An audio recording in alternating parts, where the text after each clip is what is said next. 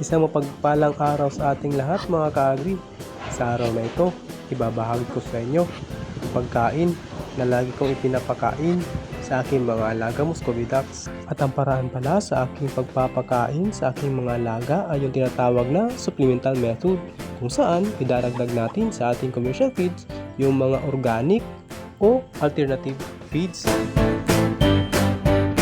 Siyempre, pag sinasabi nating organic o alternative, di mawawala ang puno ng saging o yung banana stem. Kahit dahon ng saging, mas lalo na yung bunga ay maaari natin maipakain sa kanila. Ang pangalawang organic o alternative na maaari nating isabay sa ating banana stem is itong tinatawag natin na cover crops. Very abundant sa atin ito, kahit sa gilid ng kalsada o daanan makikita natin ito, lalo na sa may mga tanim na saging at niyog. Marami ito, ngunit kailangan nyo humingi kung maaari. Baka talagang nilagay nila yan dahil napakaganda kasi yan sa agriculture, na sa gayon ay ma-prevent yung erosion, intact yung nutrients sa lupa, at maaari rin kasi itong maging natural fertilizer. No need na mag-synthetic ang may-ari para di masana yung pananim, iwas gastos pa. Handa na ang ating mga sangkap para i-shred. Unahin na natin itong banana stem. Abiso mga ka-agri, kung meron kayo ng ganitong machine, dubli ingat po kayo kung maaari. Huwag niyong ipasok ang kamay, mas mabuti kung may pantulak. Huwag tularan ang nasa video, pinasok ang kamay, tinatansya ang distansya ng blade. Isunod na natin itong cover crops. Di ko nilang dinamihan masyado at baka huminto yung makina, maliit lang kasi. Ulit-ulitin lang natin ang pagpasok ng mga sangkap hanggang sa maging durog o pino, nang sa gayon ay madali lang mailunok ng aking mga alagang Muscovy. At ito na nga ang resulta ng aking pag-shred.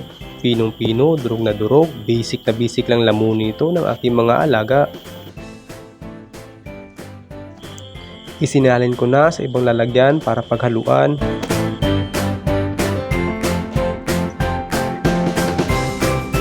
At ito na nga, maglagay lang tayo ng isang bowl ng commercial feeds.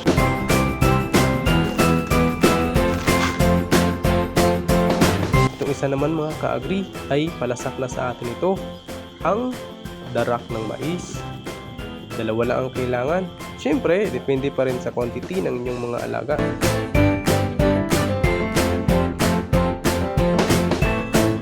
Lagyan na rin natin ng kaunting asin.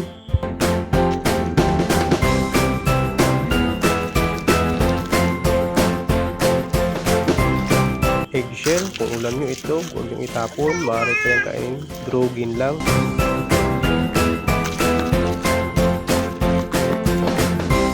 At tirang kanin.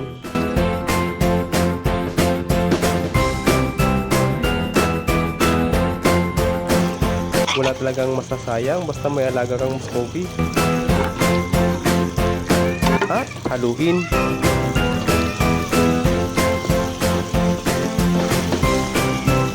Mekos-mekos na yan mga ka-agri. At ito na nga, maaari nang lamunin ng aking mga alagang Muscovy.